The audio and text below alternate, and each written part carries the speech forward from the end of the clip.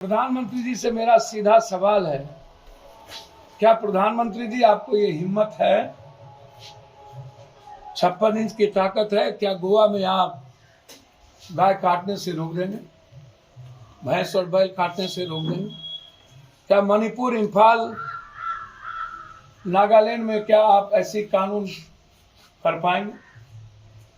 क्या साउथ के जिले में, तहजीब में आपको औकात है बदल देने की? क्या है हिम्मत देश के पीएम को आदिवासी सामाजिक कानून को रोक देने की? एक पीएम आजाद हिंदुस्तान के बाद पहला बार मणिपुर में 100 लोग जल गए, उन्होंने ट्वीट तक नहीं किया। और जलाने में उनकी भूमिका, इन लोगों की, बीजेपी की भूमिका है। आजाद हिंदुस्तान में पहला पीएम होगा जो अपने को 24 घंटा पिछड़ा पिछड़ा पिछड़ा करता है। और हमेशा बीजेपी के लोग कहते हैं ये पिछड़े को गाली दी। अरे जनाब, 17 साल आपकी डबल इंजन की सरकार थी, आप भागलपुर को एयरपोर्ट नहीं बना सके जहां जमीन है, यूपी को 27 एयरपोर्ट और बिहार को एक भी नहीं। दुनिया में सबसे ज्यादा बीमारी कोसी, सीमांचल और मिथिलांचल में, आर्सेनिक और आयरन पानी के चलते, गरीबी के चलते, भूख के चलते, दमा, हैजा, टीबी, कैंसर, सभी तरह के संक्रमण बीमारी से हम ग्रसित हैं। हम 200 एकड़ जमीन देने के बाद हमको एम्स आप के लिए तरसा रहे हैं, हमारे अधिकार को छीन रहे हैं। आप दरभंगा को क्या दीजिए, मुझे कोई आपत्ति नहीं, दरभंगा मेरा है, मेरी मौसी है, और हम चाहेंगे दरभंगा में भी एम्स बने। महत्वपूर्ण विषय है। एक विषय है कल के कैबिनेट डिसीजन। लगातार बिहार के बाहर और स्टेट में आज़ाद हिंदुस्तान के बाद बिहारियों को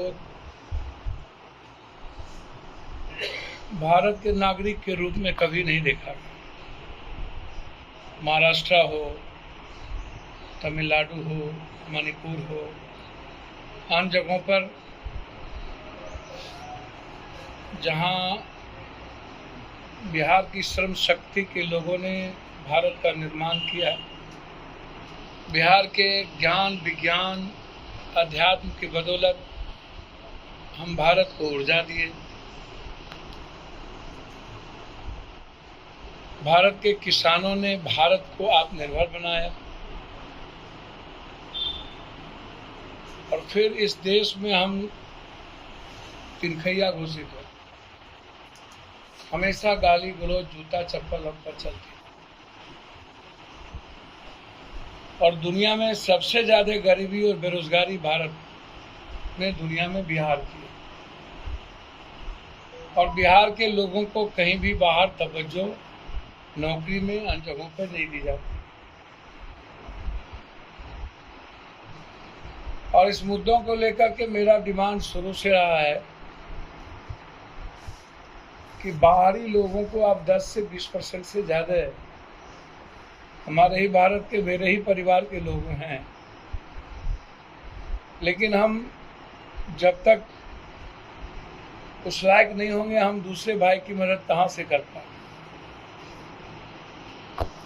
इसीलिए हम 10 से 20% लोगों को, आप बाहर के लोगों को आप समायोजन करिए, उसमें मेरी कोई आपत्ति नहीं है, लेकिन 80% बिहारियों को आपको कंपलसरी नौकरी करना होगा।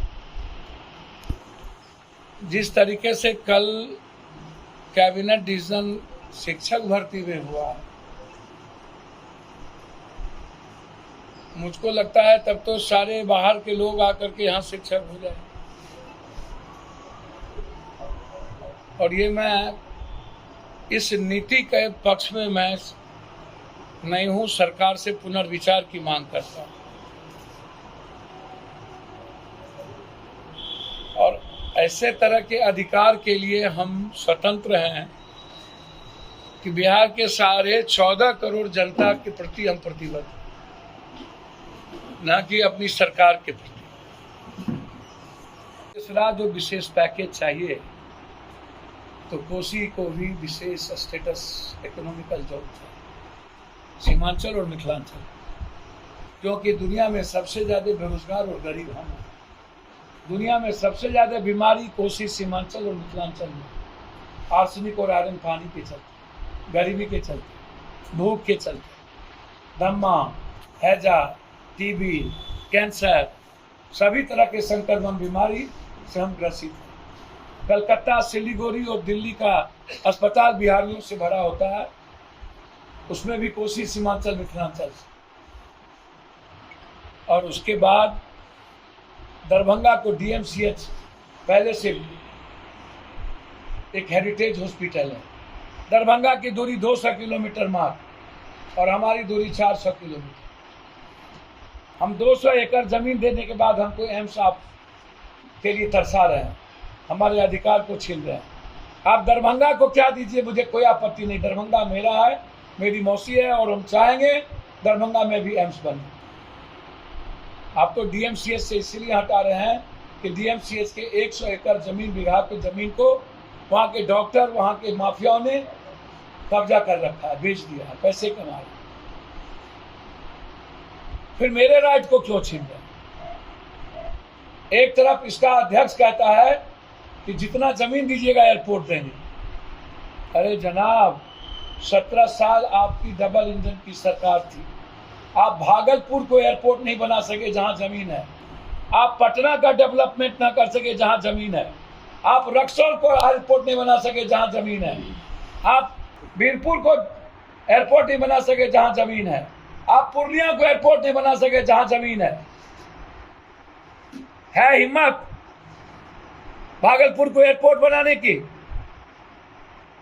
सूप बाजे तो बाजे, चलियों बाजे, आका की औकात नहीं।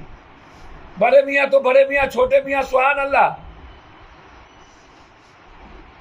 यूपी को 27 एयरपोर्ट और बिहार को एक भी नहीं, या दरभंगा यूपीए सरकार की देन। और किसी को आपत्ति नहीं होती यदि संविधान और कानून की बात होती। हर परिवार को अपने फैमिली में अनुशासन बनाने की स्वतंत्रता है। हर समाज को अपने पर्व को अपने तरीके से मनाने की सुविधा है। चौरमल भगवान का, वाल्मीकि का, संत रविदास का, भगवान परशुराम का, कृष्ण का, राम का, रहीम का, नानक का, मोहम्मद का, अपने तरीके। हर समाज के लोग, कश्मीर के लोगों का रहन सहन, खान पान बिल्कुल डिफरेंट है। क्या प्रधानमंत्री जी से मेरा सीधा सवाल है, क्या प्रधानमंत्री जी आपको ये हिम्मत है,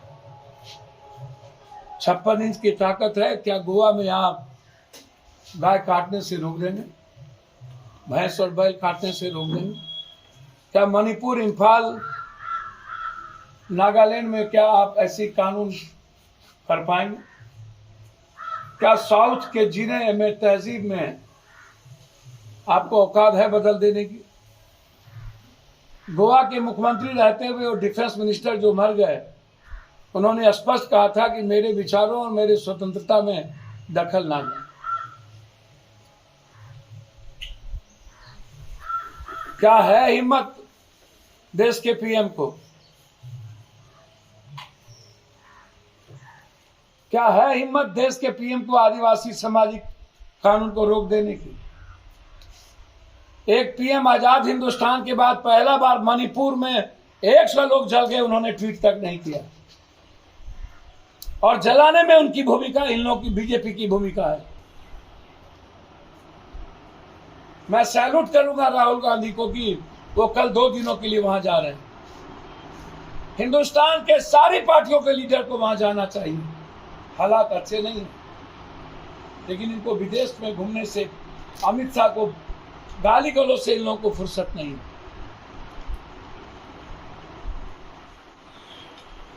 हमेशा कल बिहारियों को, बिहार को जातिवादी कहा है। याद करिए प्रधानमंत्री जी, जब आपको नीच कहा गया था तो आपने नीच शब्द कोई माने में कहा गया, आपने उसको नीच जाति से जोड़ लिया था। आजाद हिंदुस्तान में पहला पीएम होगा जो अपने को 24 घंटा पिछड़ा पिछड़ा पिछड़ा करता है। और हमेशा बीजेपी के लोग कहते हैं ये पिछड़े को गाली दिया। जिस शिवराज चौहान के बगल में बैठे थे वो व्यायाम घोटाला, धरती पर इससे बड़ा घोटाला धरती पर आज तक, इतना बड़ा भ्रष्टाचारी जिसको सतपाल ने कहा कि अदानी का सारा पैसा नरेंद्र मोदी का।